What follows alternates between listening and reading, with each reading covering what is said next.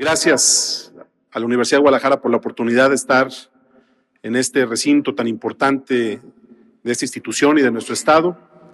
Hablar el Paraninfo siempre impone.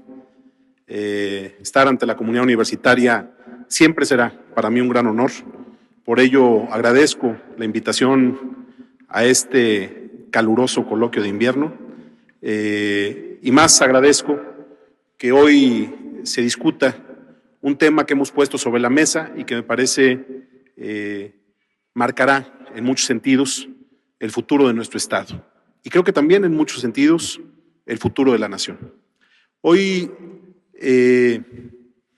habíamos preparado desde hace varios días, entendiendo lo importante de nuestra presentación, y en ese proceso de preparación me sirvió para repasar muchos de los puntos que tienen que ver con esta idea de la refundación, pero tomé la decisión de hacer de esta conferencia una especie de recapitulación del proceso que hemos vivido desde que se planteó la idea de la refundación, para entender también en dónde estamos hoy y qué es lo que sigue hacia adelante. La refundación de Jalisco no es una decisión de un gobernante, no es un eslogan de campaña, no es algo que se pueda dar por decreto, es un proceso, lo dijimos desde el principio, que va a llevar tiempo y que tiene un origen que me parece muy importante que los jaliscienses conozcan para poder entender cómo fuimos dando paso a paso, dándole sentido a este concepto. Entonces, si me lo permiten, quisiera aprovechar este espacio para platicarles todo ese proceso. Y obviamente, a partir de establecer en dónde estamos, dejar algunas ideas sobre lo que tendrá que ser la discusión a futuro sobre la refundación de Jalisco. Entonces, no voy a leer, traigo una guía nada más, que tiene como primer punto el origen de la idea, de dónde salió este asunto de la refundación. Bueno, estábamos por iniciar una campaña electoral sumamente compleja. Yo venía de ser presidente municipal de la capital de Jalisco. Se vislumbraba una elección con un claro favorito. Sabíamos que la elección no necesariamente iba a ser una competencia entre proyectos locales para gobernador, que en realidad con lo que íbamos a competir era con el gran proyecto nacional que encabezaba Andrés Manuel López Obrador. Venía de ser o de encabezar un gobierno. Dicen que los gobiernos desgastan. Yo siempre he creído lo contrario, siempre he creído que cuando haces bien tu trabajo, el gobierno te fortalece políticamente. Las dos oportunidades que he tenido de ser gobierno, cuando fui alcalde de Tlajomulco y cuando fui alcalde de Guadalajara, me permitieron en la elección inmediata a mi mandato demostrar que habíamos convencido a los ciudadanos que gobernamos y que nos refrendaron su confianza y que volvimos a ganar las elecciones en esos lugares. Pero evidentemente íbamos a enfrentar una elección en la que no iba a haber una discusión en torno necesariamente a proyectos de gobierno, a propuestas específicas, sino una elección en la que iba a estar en disputa fundamentalmente lo que se conoce como el voto antisistema. Lo que estaba en juego era cómo iba a canalizarse el enojo, la frustración, la decepción, el cansancio de los ciudadanos con las formas tradicionales de hacer política. Y eso sí representaba un reto enorme. En ese escenario fue que puse sobre la mesa con el equipo con el que diseñamos la estrategia de nuestra campaña la idea de hacer un planteamiento agresivo en términos discursivos. Agresivo porque era un planteamiento rupturista que venía de alguien que encabezaba un gobierno. Esa era, de alguna manera, la tensión que teníamos que resolver en términos de consistencia de discurso político. Propuse que hiciéramos un planteamiento que contrastara con la idea del gran cambio, de la gran transformación nacional que planteaba Andrés Manuel López Obrador, curiosamente con principios muy similares, porque cabe decirlo desde este momento, que con Andrés Manuel, como puedo tener diferencias y puntos de vista encontrados en muchos temas, he tenido a lo largo de mi carrera política muchas coincidencias. He luchado al lado de él por causas que hoy sigo compartiendo, por causas con las que tengo plena identidad. La cosa tenía que ver un poco con cómo lográbamos transmitir un mensaje de otra naturaleza, mucho más acorde a la realidad de Jalisco y que tuviera una posibilidad concreta de convertirse en una idea que generara una rápida digestión del concepto por parte de los ciudadanos.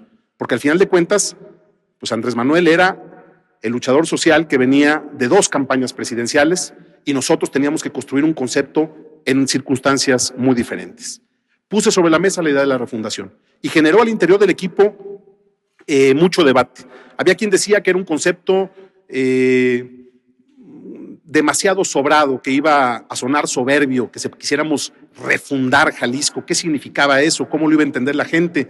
Había quien me decía, porque los equipos de campaña siempre ponen visiones distintas sobre la mesa, decían, no, la gente lo que quiere es escuchar algo de esperanza, de promesas, de qué va a recibir, exacto, o qué significa, o cómo le va a impactar en su bolsillo, en su vida cotidiana. Ese es un concepto muy abstracto que no se va a poder entender. La decisión que yo tomé, porque al final de cuentas, como candidato te toca tomar algunas decisiones, la decisión que yo tomé es que ese se iba a convertir en un planteamiento, en el elemento central de nuestra estrategia para competir por el voto antisistema, y que íbamos a diseñar en torno a ese concepto toda la estrategia de campaña. Entonces, hay que decirlo, inició esta discusión en ese contexto, en la discusión de una estrategia político-electoral. Pero, ahí viene un pero, tenía un componente adicional. Yo buscaba que esto no se convirtiera en un discurso solamente con lógica de mercadotecnia política. Quería que se convirtiera en una guía de gobierno, porque como venía de ser presidente de Guadalajara, esa oportunidad me dio, en esa oportunidad, pude contrastar lo que uno puede hacer desde el gobierno cuando tienes un sistema que está podrido de raíz, o más bien lo que no puedes hacer desde el gobierno con un sistema que está podrido desde la raíz. En ese sentido, me parecía que era muy importante que la campaña al gobierno de Jalisco mandara un mensaje también a la gente de realismo, dónde estábamos parados, para entender que no podíamos construir una expectativa de que todo iba a cambiar si nada cambiaba, de que el gobierno iba a poder arreglar todo con un sistema, insisto, que estaba echado a perder desde sus cimientos fundacionales. Y en ese sentido, la experiencia de Guadalajara nos había dejado ejemplos muy claros de por qué era necesario hacer un planteamiento de esta naturaleza, no solamente para ganar una elección, para construir gobernabilidad si ganábamos la elección. Y eso tiene que ver, puedo poner un ejemplo, en la agenda de seguridad. Cuando como presidente municipal, y yo le preguntaba o le pregunto a la gente, cuando como presidente municipal tú contratas más policías, los preparas mejor, los equipas mejor, haces exámenes de control de confianza y depuras a tu corporación, diseñas nuevos modelos de patrullaje, involucras a la comunidad en las políticas de seguridad. Si haces todo eso y no funciona tu estrategia de seguridad, ¿qué es lo que falta por hacer? ¿En dónde está el problema? Y entonces es cuando logras entender que los problemas estructurales que enfrenta Jalisco son de otra naturaleza, no necesariamente de diseño de políticas públicas, sino de un sistema que agotó su capacidad para procesar las grandes tensiones que enfrenta nuestro Estado y nuestro país. Por eso, el planteamiento, insisto, no solamente era para ganar votos, sino que era, o se puso sobre la mesa como una guía básica de gobierno. ¿Qué pasó en la campaña? Simplemente que corroboré la necesidad de hacer un planteamiento de este tipo. Cuando visité todos los rincones de Jalisco, me preguntaba a cada lugar al que iba, ¿cómo era posible que en nuestra constitución política estuviera establecido, por ejemplo, el derecho a la salud, cuando no me encontré ningún centro de salud que brindara servicios de calidad las 24 horas y con atención médica adecuada para las necesidades de la gente? ¿Cómo es posible que nuestra Constitución hable de la educación como un derecho de los jaliscienses si las escuelas de Jalisco se estaban cayendo a pedazos? ¿Cómo íbamos a garantizar el libre tránsito cuando las carreteras de nuestro estado estaban hechas pedazos a punto de colapsarse? ¿Cómo podía hablarse del derecho a un medio ambiente sano cuando veíamos, por ejemplo, que el 90% de las plantas de tratamiento de Jalisco no funcionan? ¿Cómo se podía entender los derechos fundamentales de los jaliscienses cuando la realidad te hablaba de algo totalmente distinto? Por un lado, el contraste con la realidad fue una experiencia que nos permitió confirmar que el planteamiento era el correcto. Pero por otro lado, y algo de lo que ya luego no se habla y perdemos de vista, es que decidimos convertir la campaña del año pasado en un proceso de consulta ciudadana muy amplio. La campaña en Jalisco que desarrollamos fue una especie de referéndum que generó resultados, una participación de 385,000 jaliscienses. Yo quiero saber qué consulta más amplia que esa se podría hacer. 385,000 jaliscienses a los que, después de exponerles y explicarles lo que significaba la idea inicial de la refundación, dijeron: entendemos y estamos de acuerdo. Pero no solo eso, sino que además se hizo un ejercicio de diálogo colaborativo que generó 104,000 participaciones de jaliscienses que nos aportaron ideas de cómo tenía que hacerse la refundación.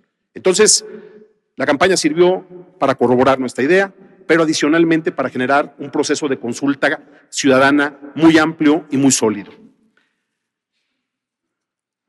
Algo que es fundamental entender hoy, que con el debate sobre la refundación se llega a cuestionar si es necesaria o no, porque eso es parte del debate. ¿Para qué la refundación?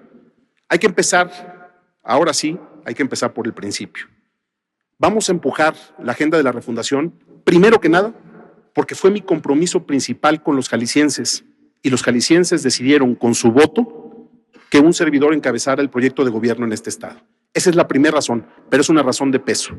Quiero citarles 3 párrafos del discurso de arranque de campaña del año 2018 para que se entienda con claridad por qué yo defiendo la idea de que ese fue mi compromiso en campaña. Cada acción de gobierno que voy a tomar, si Dios me da licencia, los próximos 6 años, estará fundamentada en compromisos hechos con los jaliscienses. Yo no soy un político que construye un discurso de campaña y ejecuta otra cosa totalmente distinta en su responsabilidad de gobierno. 3 párrafos muy sencillos que nos van a dar idea también sobre el concepto de refundación. Primero, dije, textual, en la Plaza de la República, en el arranque de la campaña: estamos aquí mujeres y hombres libres que entendemos que el largo y sinuoso camino de la transición democrática en Jalisco ha llegado al borde de un precipicio. Entendemos que nuestro sistema político ya no responde a las demandas de nuestra sociedad y que la simple alternancia ha dejado de ser generadora de esperanza de cambio verdadero. Párrafo segundo. La refundación no puede ser un decreto de un gobernante, sino el producto de un amplio acuerdo de todos los actores sociales, económicos y políticos. Sin la gente no puede haber refundación. Y finalmente, en ese discurso dije que convocaba a todos a iniciar juntos el camino de la refundación de Jalisco. Con esa idea ganamos la elección en el estado. Por eso, la refundación es un mandato popular desde el punto de vista de un servidor. En paralelo al trabajo de la campaña, se hizo todo el desarrollo conceptual de la idea de la refundación. Ese fue un trabajo paralelo. Mientras yo andaba recorriendo Jalisco, convenciendo a los jaliscienses de nuestra visión, de nuestro proyecto, hubo un equipo que encabezó alguien a quien le tengo un profundo agradecimiento y reconocimiento, el doctor Aguilar, para construir conceptualmente la idea de la refundación. En paralelo, encabezados por el equipo de Adrián Michel, se trabajó en el programa de gobierno, que era de alguna manera el ABC de lo que íbamos a hacer desde el Ejecutivo del Estado. Pero por otro lado, un equipo especializado trabajó en los conceptos que tenían que dar forma a la idea de la refundación. Entonces, primera parte de ese ejercicio paralelo. Lo primero que hicimos, hacer un análisis de la historia reformista y transformadora de Jalisco. Porque hoy, que algunos analistas se plantean como imposible una tarea de esta magnitud, lo que nosotros decimos es: imagínense si esa visión mediocre hubiera estado presente en Valentín Gómez Farías, en Mariano Otero, en Prisciliano Sánchez, en Rita Pérez de Moreno, en Ignacio L. Vallarta, en Francisco Severo Maldonado, en Irene Robledo. Ellos fueron jaliscienses que transformaron no solo a Jalisco, sino a la República. En 1823 fuimos el estado que trazó la ruta para la instauración de nuestro sistema de gobierno. Tuvimos la primera constitución estatal y después sentamos desde Jalisco los principios garantistas de nuestro sistema jurídico. Eso hicimos los jaliscienses, nada más que luego se nos olvida el legado de hombres y mujeres que nos deben de servir de ejemplo. Cuando yo citaba al fraile de la Calavera, Fray Antonio Alcalde, como mi ejemplo a seguir como alcalde de Guadalajara, no es porque me quisiera comparar con él, pero sí, a quienes tenemos responsabilidades públicas, nos sirve ponernos ejemplos de quienes han demostrado con sus hechos cómo se puede transformar la historia de un estado como el nuestro y de una nación como es México. Ellos, esos jaliscienses, fueron el punto de partida de nuestro análisis conceptual y se hizo una revisión histórica de todo ese legado reformista de los jaliscienses ilustres. Y a partir de eso, tratamos de acotar conceptualmente, ahora sí, la idea de la refundación. ¿Cómo podríamos sintetizar esta idea? Y voy a citar para este propósito, como lo hice en la campaña también, a Pasquino como un referente muy claro de lo que nosotros estamos hablando. Nosotros creemos que hay que romper con el viejo sistema político y hacerlo por la vía pacífica. Ese es el principio básico de la refundación. Es decir, suena parecido al planteamiento de la Cuarta Transformación. En esencia, ese es el punto de partida. Romper con el viejo sistema político. No maquillarlo, no darle una sacudidita, no hacer ejercicios de gatopardismo político para que parezca que todo cambia, para que nada cambie. No, es romper con el viejo sistema político por la vía pacífica. Ahora, Pasquino plantea dos ideas sobre el cambio político. Por un lado, dice, lo voy a citar para no equivocarme, la visión reformista que busca la transformación de las estructuras sociales y políticas existentes, impulsadas desde una posición de autoridad solo para mantener el poder. Si suena a las reformas estructurales de Peña Nieto, tienen toda la razón. Esa es una idea de cambio construida para mantener el poder. En el otro extremo está la visión revolucionaria, entendida como la tentativa acompañada por la violencia para derribar las instituciones con el objetivo de provocar cambios profundos. Ese es el otro extremo. Ninguna de esas dos definiciones refleja la idea que nosotros tenemos de la refundación. Para entender mejor la idea de la refundación que nosotros estamos proponiendo, basta leer lo que dice sobre este concepto la Real Academia de la Lengua Española. Dice, refundar es revisar la marcha de una entidad o institución para hacerla volver a sus principios o para adaptar estos a los nuevos tiempos. Esa es la idea de refundación. Es una idea de rompimiento, pero que tiene también asociada la idea de regresar, como dicen los estadounidenses, regresar a lo básico, regresar a los principios fundacionales de la nación, los que se fueron perdiendo en el tiempo, los que nos olvidamos de defender con el paso de los años, los que el sistema político destruyó y pisoteó durante décadas. Refundación es ruptura con el viejo régimen por la vía del acuerdo social para construir un nuevo orden institucional que nos permita enfrentar con eficacia los desafíos del presente y del futuro. Así de simple y así de complejo.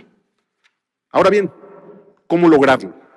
¿Cómo? Los cómo. Ese es el qué. El cómo. Nosotros decidimos, desde la campaña, plantear una ruta muy clara, establecida a partir de la idea de hacer un nuevo acuerdo social. La pregunta es, ¿qué significa eso? Al final de cuentas, eso es la Constitución. La Constitución es un acuerdo social. La Constitución es, en esencia, eso. Si revisamos la manera como define Hannah Arendt la idea de la Constitución, encontramos esta definición que me parece que ejemplifica con mucha claridad por qué por esa vía el camino de la refundación. Dice Hannah, la Constitución es el momento originario de una comunidad política, en donde se juega su propia legitimidad desde el concepto de libertad a partir de fundamentar los derechos y obligaciones de la ciudadanía. Entonces, lo que nosotros decimos es, si la Constitución es el acuerdo social fundamental, pues entonces la refundación tiene que tener en la Constitución un objetivo central. Ese es el planteamiento del cómo inicial. Pero ahora la pregunta es, ¿y qué significa construir un acuerdo social? ¿Por dónde empieza eso? El equipo que estuvo haciendo este análisis pudo llegar a definir 5 escenarios, 5 rutas posibles para transformar de fondo nuestro acuerdo social. No me voy a detener en esto, porque el doctor Aguilar no me dejará mentir que fue materia de un debate muy amplio. Hubo muchos puntos de vista. Hay que partir de un principio, digamos, en el extremo básico del planteamiento, estaba la posibilidad, existe la posibilidad, de que si construir un nuevo acuerdo social significara modificar la Constitución, un servidor, el día de hoy, tiene las facultades constitucionales para presentar una iniciativa que reforme todos y cada uno de los artículos de la Constitución, el día de hoy, sin constituyente y sin nada. Podría presentar una iniciativa y si construimos la mayoría calificada y luego la mayoría de los municipios, de los ayuntamientos, cosa que hoy, por el escenario político de Jalisco sería muy probable, modificaríamos toda la Constitución. Pero imagínense qué contrasentido sería que si dijimos en campaña que la Constitución se hacía con la gente o no se hacía, pues yo presentara de manera unilateral una iniciativa para reformar todos los artículos de la Constitución y que luego los diputados en el Congreso, 38 legisladores que tienen una representación popular evidentemente, pero que al final de cuentas pues son 38 legisladores, fueran los que se encargaran de decir si ese planteamiento reflejaba la visión de los jaliscienses respecto a lo que sería el nuevo acuerdo. Nos pareció que esa ruta era, por supuesto, totalmente inviable. Y entonces analizamos 4 escenarios distintos que podríamos seguir. Pero finalmente, la conclusión a la que llegamos es que si queríamos transformar nuestro acuerdo social fundamental y diseñar una nueva constitución, entonces se tendría que hacer a través de un nuevo constituyente. Es decir, hacer las cosas desde el principio. Y el constituyente, como figura, pues no tenía muchos antecedentes en términos de la vida moderna o la etapa moderna del desarrollo político del país. Lo más reciente en todo caso era lo que había acontecido en la Ciudad de México, que sin duda va a ser un ejercicio que nos va a servir de reflexión para ver qué se hizo bien y qué se hizo mal, porque creo que hay muchas cosas que no se hicieron bien y que por supuesto esa experiencia nos da una luz de por dónde caminar. Pero inicialmente, o la pregunta inicial fue, a ver, si vamos a convocar un constituyente, ¿en dónde está definido cómo se convoca? ¿Quién convoca a un constituyente? ¿Por qué si en nuestra Constitución está establecido el derecho ciudadano de modificar la forma de su gobierno, no está definido el cómo se hace eso? Entonces nos encontramos con un obstáculo básico que era, no está claro quién o cómo convoca a un constituyente. Y en ese sentido es que presentamos la iniciativa que comentaba el doctor Aguilar hace un momento para modificar el artículo 117, hacer el artículo 117 bis de la Constitución y establecer el mecanismo mediante el cual se convoca un constituyente. Esa iniciativa está presentada para su debate, está a discusión todavía, porque lo que nosotros hicimos es una propuesta inicial que me gustaría mucho que tuviera un diálogo enriquecedor con las instituciones educativas, con el sector social, que hubiera de veras un debate sobre cuál tendría que ser el diseño más adecuado de un nuevo constituyente. ¿Nosotros qué propusimos? Primero, que el constituyente lo pueda convocar o el gobernador o 2/3 partes de los ayuntamientos del estado, es decir, 84, o 5% de los ciudadanos del estado con representación en al menos 84 municipios. El umbral es alto. Estamos hablando de modificar el acuerdo social fundamental. No es nada más un referéndum o una consulta. Es la convocatoria de un constituyente. Esa es nuestra propuesta inicial. La convocatoria, por supuesto, tiene que ser aprobada por 2/3 partes de los diputados del Congreso del Estado y proponemos que el nuevo constituyente se integre en el planteamiento inicial por los diputados locales en turno. Y me van a decir, ¿cómo que los diputados locales en turno? Bueno, que no se nos olvide que los diputados locales son electos por el voto popular, son representantes populares. Que luego los diputados con sus actos se hayan encargado a lo largo de los años de manchar la figura como tal, ese es otro tema. Pero la representación popular por excelencia es el Congreso. Entonces planteamos, de inicio, los diputados locales en turno.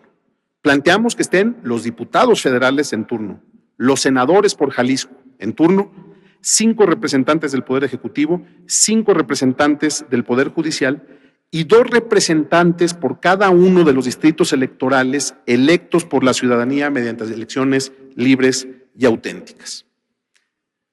¿Ese es el mejor modelo? No lo sé, pero es una propuesta de saque, es una propuesta para su discusión y para nosotros sería muy importante que la comunidad universitaria participara en esta discusión y nos diera su opinión, su punto de vista al respecto. El cargo del Congreso Constituyente será honorífico. El Congreso Constituyente establecerá las bases para su funcionamiento y contará con el plazo de 1 año para aprobar la nueva Constitución. El Congreso Constituyente deberá considerar la más amplia participación ciudadana, garantizando la inclusión de los pueblos originarios, libre de toda discriminación y respetando la perspectiva de género, y el Congreso deberá presentar en un plazo de 60 días de aprobada la reforma al artículo 117 bis de la Constitución local, la normatividad reglamentaria para la instauración, organización y funcionamiento del Congreso Constituyente. Esa es básicamente la iniciativa que presenté. Porque luego, cuando presentamos la iniciativa, empezaron otra vez las opiniones y decían, es que Alfaro no dice qué quiere que tenga la nueva Constitución. Pues por supuesto que no. No hemos dicho ni media palabra sobre el contenido de una eventual nueva Constitución. Lo que estamos diciendo es, hasta ahorita, 2 cosas. Se necesita un nuevo acuerdo social porque nuestra realidad rebasó la capacidad institucional para dar respuesta a los grandes desafíos que enfrentamos como Estado. Ese es un primer punto, es decir, yo considero, y la mayoría de los jaliscienses consideraron que era necesario un cambio profundo. Y segundo, estamos planteando cómo se puede convocar al constituyente. Hasta el día de hoy, nada se ha dicho, porque no es el momento, de lo que tendría que ser ese nuevo acuerdo social. Espero ser claro en ese sentido, porque ha sido parte del debate, que por qué no planteamos hacia dónde queremos que camine el Estado. No, primero tenemos que establecer cómo se hace ese proceso. Entonces, a partir de esto, lo que nosotros descartamos, ya como lo expliqué, es la posibilidad de hacer más cambios a la Constitución. La nuestra lleva 123 decretos de modificación aprobados por el Congreso. Y pues me parece que hoy nuestra Constitución, en muchos sentidos, como creo que también sucede con la Constitución de los Estados Unidos mexicanos, está rebasada por la realidad.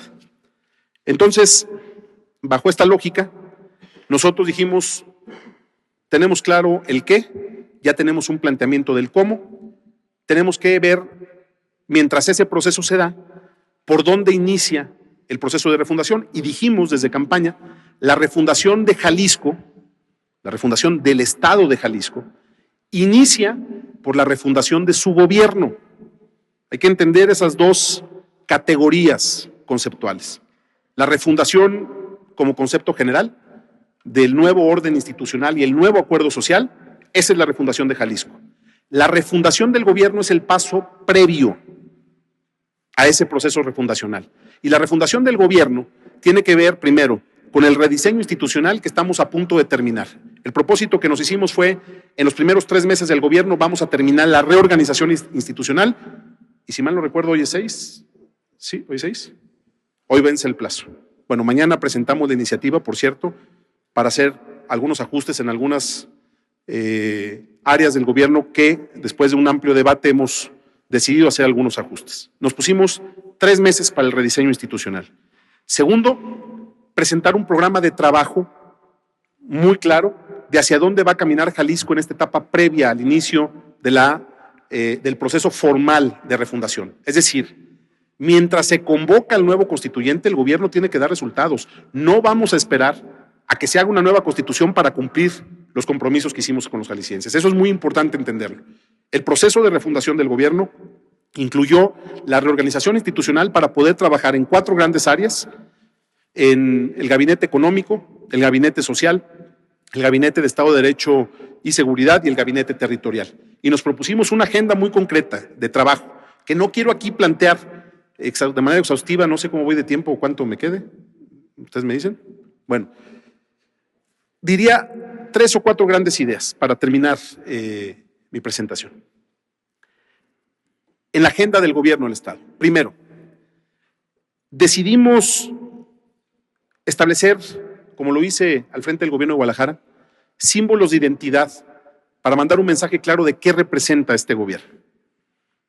Y retomé algunas ideas que ya había usado antes y algunas otras, digamos, nuevas. Por ejemplo, impulsar la cultura de la legalidad. La ley se debe de aplicar como es, sin estar pensando si eso te va a generar aplausos o abucheos. La cultura de la legalidad tiene que ser un símbolo básico de un proyecto de gobierno que funcione. Decidimos, por ejemplo, defender una posición de autonomía y dignidad frente al gobierno de la República.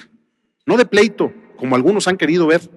Yo hago una reflexión muy sencilla en esta mesa.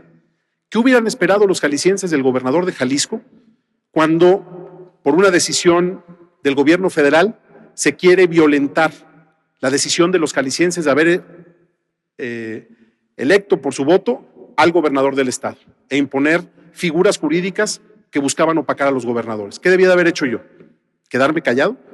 ¿Qué debía de haber hecho el gobernador de Jalisco cuando Jalisco perdió 2.500 millones de pesos respecto al 2018 en su presupuesto para este año? ¿Guardar silencio? ¿Qué debía de haber hecho el gobernador de Jalisco cuando tuvimos a nuestra ciudad y a nuestro estado 23 días sin gasolina en el mes de enero? Eso no significa que yo no entienda la necesidad de construir una ruta de entendimiento con el gobierno federal.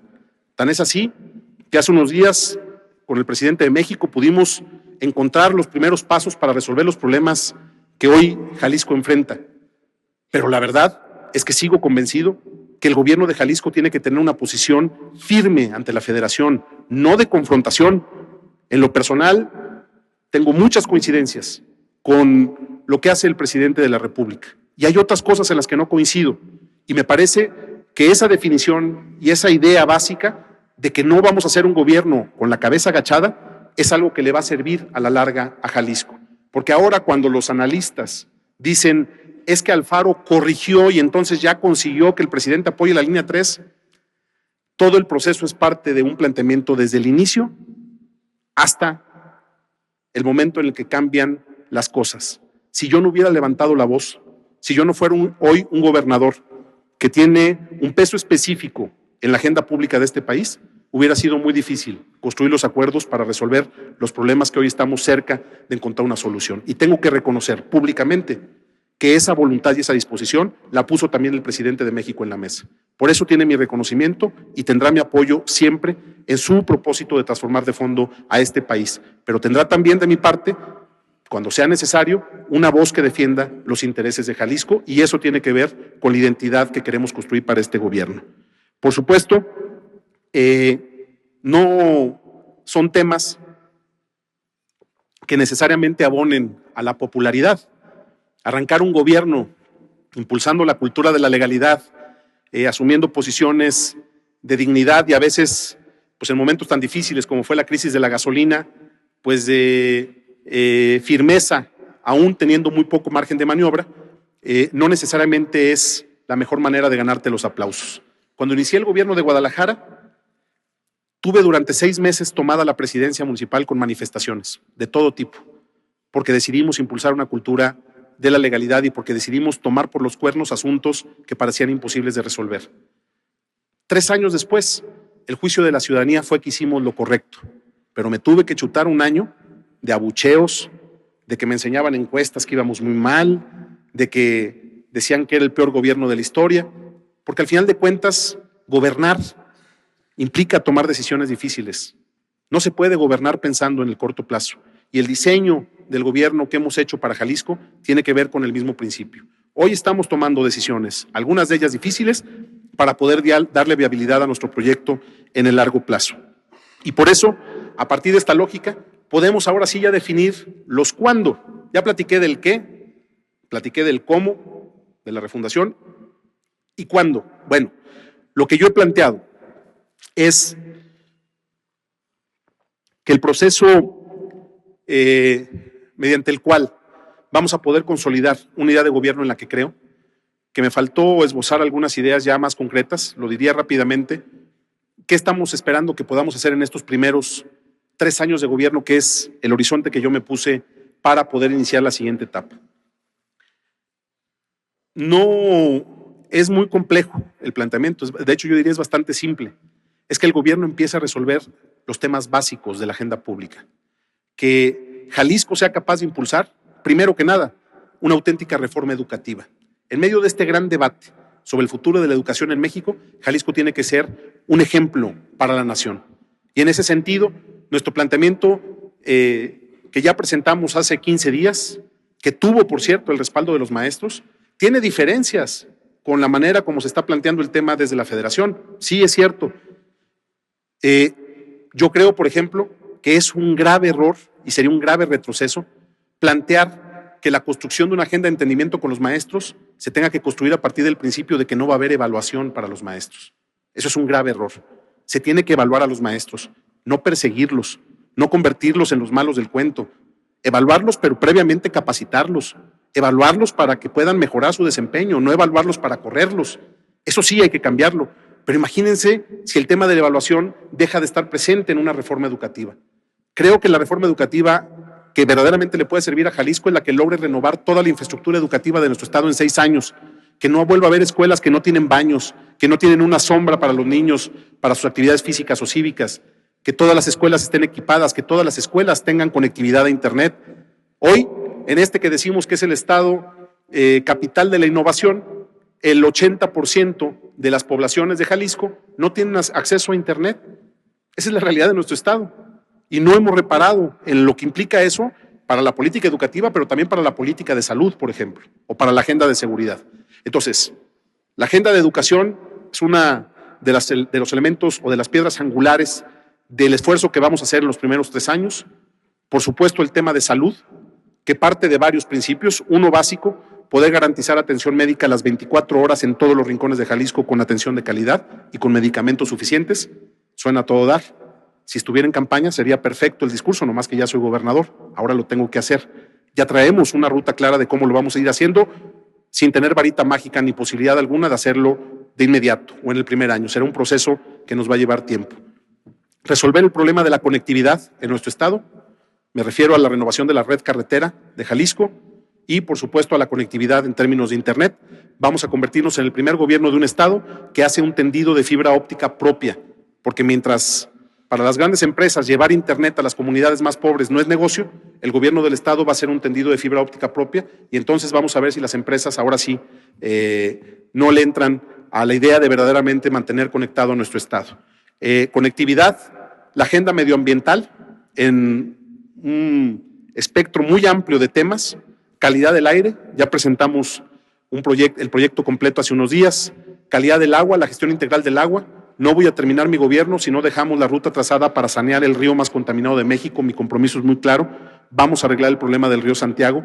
Le vamos a meter miles, ahora sí, literal, miles de millones de pesos a esta agenda, que no te la aplaude nadie, cuando menos no se ve. Son tubos, son colectores, son plantas, no son obras de relumbrón, pero son las obras que le dan viabilidad a futuro a nuestro estado.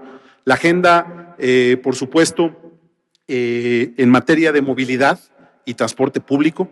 El principio es muy sencillo, lo hemos platicado ampliamente con el presidente de la Federación de Estudiantes Universitarios.